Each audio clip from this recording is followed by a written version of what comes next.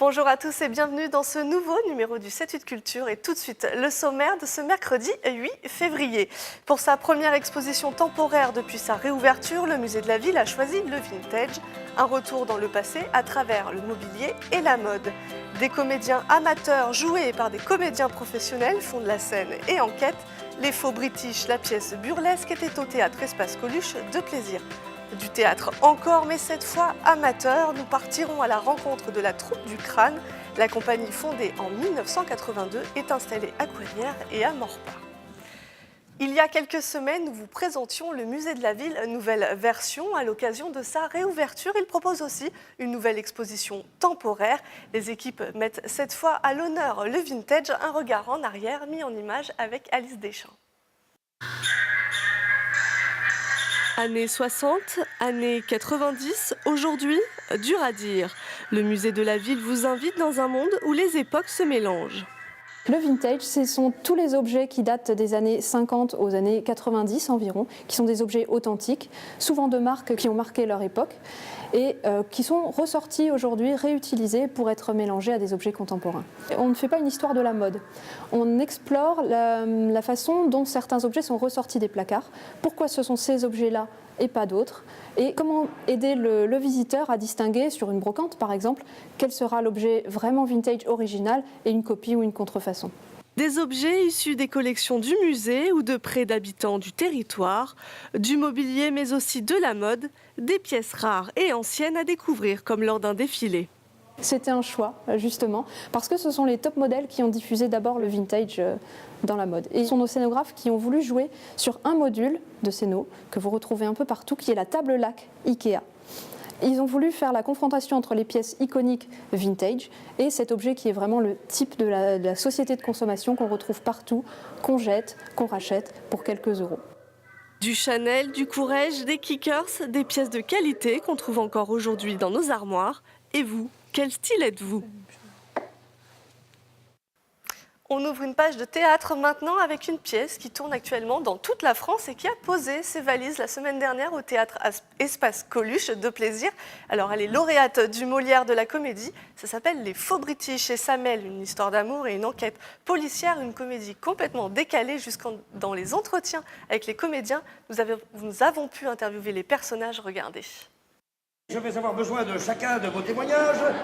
Plus tôt je commencerai mon enquête, plus tôt j'aurai démêlé cette sombre histoire. C'est une enquête, un véritable Cluedo. Fin 19e siècle, un manoir anglais. Un meurtre est commis lors d'une soirée de fiançailles. C'est absolument pas une comédie, c'est un thriller. On est tous des fans de romans noirs anglais. Et c'est comme ça qu'on a voulu en fait, interpréter cette pièce de théâtre. C'est une vraie enquête, tout à fait. Et c'est une très belle histoire d'amour, surtout. C'est-à-dire il y a à la fois on peut parler, enfin on peut dire il y a un amour en quelque sorte incestueux. Et alors, là, elle parle des personnages, elle ne parle pas évidemment. Donc, effectivement, il y a une histoire d'amour. Et il faut évidemment trouver qui est le meurtrier. Alors, on ne va pas vous le dévoiler parce que sinon, vous ne viendrez pas le voir. Molière de la comédie 2016, les faux british multiplient les dates et les applaudissements, avec des comédiens professionnels qui jouent les amateurs et qui ne s'arrêtent jamais. J'ai répété le texte devant ma femme. Devant ta femme, on a fait Si, aussi dans la salle de gym. Je l'ai répété avec ma femme. D'ailleurs, elle n'est pas tout à fait d'accord sur l'identité de l'auteur. C'est un peu tendu entre nous ces derniers temps. On pense que l'auteur, c'est Conan Doyle. Voilà. Et qui voulait se débarrasser du fameux personnage de Sherlock Holmes en faisant ce spectacle très important sur un meurtre, de nouveau dans un manoir, au manoir Aversham. Si vous avez raté leur passage à plaisir, 2 séances de rattrapage, le 23 février au théâtre Gérard-Philippe de Saint-Cyr et le 19 avril au Prisme à Elancourt. Et ça n'a aucun sens, pas l'amour. Après les professionnels, place aux amateurs. Nous partons à Maurepas pour découvrir la troupe du Crâne. Cette compagnie a été fondée en 1982 par Monique Fondidion, un professeur d'art dramatique et auteur de théâtre aussi. Ces comédiens foulent les scènes de nombreux lieux franciliens, regardez. Phase transformation. Bon, avant et après. 1 heure avant le lever de rideau. Les comédiens de la troupe du Crâne vont jouer sur la scène de l'espace Albert Camus. Qui se dit en voyant la gamine, j'ai besoin de vitamines. Le stress commence à monter petit à petit. C'est vrai que c'est la première fois qu'on joue cette pièce sur scène. Là, je dirais qu'il n'y a plus qu'à laisser venir un peu les émotions, le stress qui grimpe gentiment, et puis on sera prêt pour 8h30. Oh, mais c'est vrai!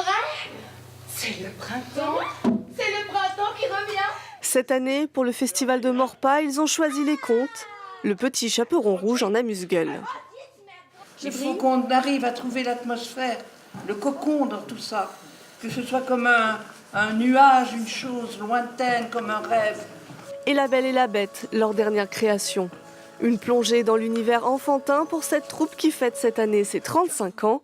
Sa particularité, tous les comédiens sont amateurs. Comme le football. On a 2 entraînements par semaine et on joue le week-end. Voilà, donc c'est un peu ça. C'est exactement ça. Non, mais ça nous fait du bien à tous de quitter le travail et de retrouver un esprit où on peut faire autre chose. C'est notre sport à nous, quoi. J'étais professeure d'art dramatique. Je me suis retrouvée ici, c'était des champs à perte de vue. Et j'étais désespérée parce que l'amour de ma vie, c'est mon théâtre. Et si vous voulez, j'étais à la mairie, tout simplement, demander s'il n'y avait pas un local susceptible de me recevoir et où j'aurais pu commencer à faire un embryon de troupe. On est vraiment scellé par l'amour et la folie du théâtre, parce qu'il faut un petit peu de folie, la passion, et il faut une certaine rigueur. Des contes, de la poésie ou encore du théâtre de boulevard. Avec une nouvelle pièce chaque année, la troupe se produit principalement dans les châteaux franciliens.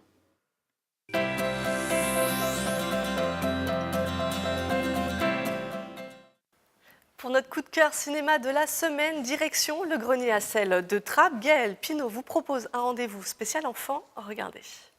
Cette semaine, je voudrais vous parler de notre gros coup de cœur, c'est le festival Télérama Enfants. Vous connaissez certainement le festival Télérama, ça fait 20 ans que ça existe, on a fêté les 20 ans cette année. Et là, c'est la toute première édition du festival cinéma Télérama pour les enfants. Et nous participons donc cette année, nous sommes très contents, et il y a plusieurs événements. Déjà, il y a une sélection de films de reprise des meilleurs films de 2016, mais nous avons aussi quelques animations et une avant-première. Je vais commencer tout de suite par l'avant-première. Ce sera le film La jeune fille et son aigle. C'est un documentaire qui se passe en Mongolie, un peu comme Le chien jaune de Mongolie. Et on suit l'histoire d'une petite fille qui élève un aigle pour faire un concours de chasse à l'aigle. Et dit comme ça, je vous donne pas forcément envie plus que ça, mais c'est quelque chose de formidable. Ce qui est le plus impressionnant, c'est de se dire que c'est du réel. Ce sera donc La jeune fille et son aigle en avant-première le vendredi 17 février à 14h. Nous aurons aussi des animations avec le film Les Aventures de Pat et Matt. C'est un programme de court-métrage à partir de 3 ans. Il y aura une animation et il y aura les marionnettes du film. Nous aurons aussi une animation pour le film Ivan Starevich, qui est le dernier film de Michel Oslo. Michel Oslo, c'était le papa de Kirikou, de Azur et Asmar. Vous retrouvez évidemment toutes ces infos sur notre site internet, cinémagrenier-à-sel.com. Ce qui est très important de préciser, c'est que comme c'est un partenariat avec Télérama, si vous achetez le magazine Télérama, à l'intérieur, il y a un pass qui vous donne accès à tous ces séances et à tous les films du festival pour le tarif de 3,50 €, comme le festival pour les adultes. Ce sera donc du 15 au 28 février, et notamment au cinéma Le Grenier à Sel à Trappes. À bientôt.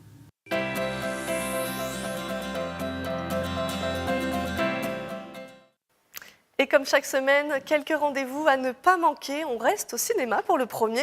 Le mardi 14 février, l'UGC Sky West reçoit l'équipe de Patients. Le film réalisé par Grand Corps Malade et Mehdi Idi raconte l'histoire de Ben, gravement blessé dans un accident. Regardez cet extrait. Genre pour pisser, ils viennent avec toi aux toilettes? Ah, mais tu te rends pas bien compte. Aller aux toilettes, c'est une espèce de rêve pour moi. T'as quoi? Tétraplégique, incomplet. Ah bah cool. Un peu plus haut, s'il te plaît. Juste. Quoi? C'est Christiane, c'est mon aide-soignante, elle me tient un téléphone. Ah ouais, quand même, je fais pas que c'est à ce point-là. Et voilà la bête.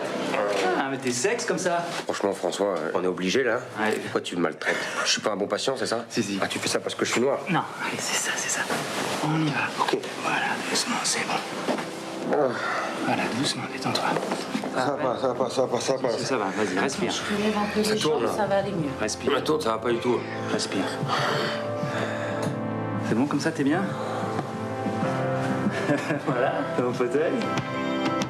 Oh yes. Yes, putain.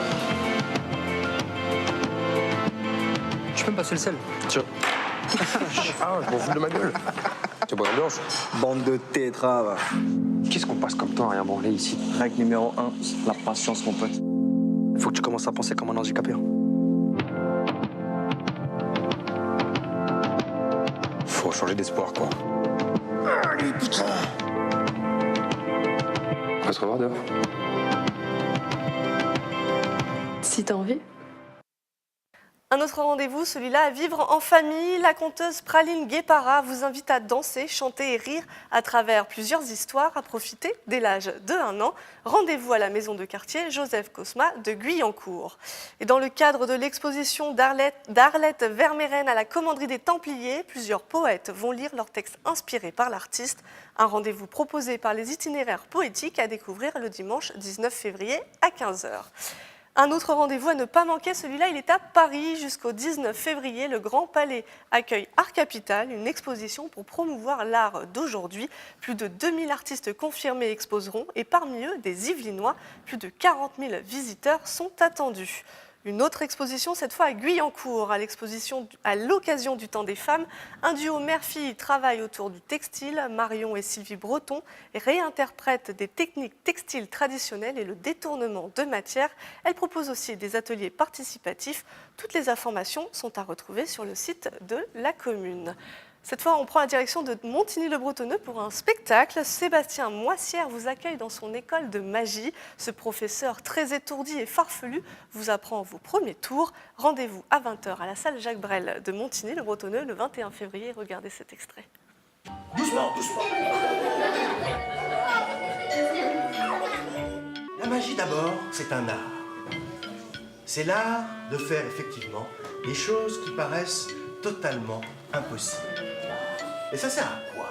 Est-ce que ça sert à montrer qu'on est le meilleur? Est-ce que ça sert à montrer qu'on est le plus fort, à prendre le pouvoir sur les autres? Non, la magie, c'est un art du spectacle et ça sert uniquement à émerveiller les gens.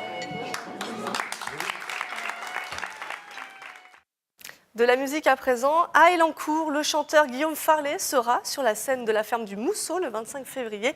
Il est ancien guitariste ou bassiste de Youssou N'Dour, Grand Corps Malade ou encore Mathieu Chédid. Il est maintenant seul sur scène, regardez. Je suis l'énième bouffon avec mes chansons. Encore un qui cherche un miroir et qui dégaine son art. Encore un parmi des millions qui frappe au portillon. Bon bah, on va y aller, on va trop délirer, c'est parti pour la chansonnette. Mais je vous préviens tout de suite, j'écris sur cette petite qui transforme les bœufs en poètes. Car les chansons d'amour, et ce depuis toujours, parlent d'une seule et même créature, celle qui a brisé les cœurs de milliers de chanteurs et qui est quelque part dans la nature.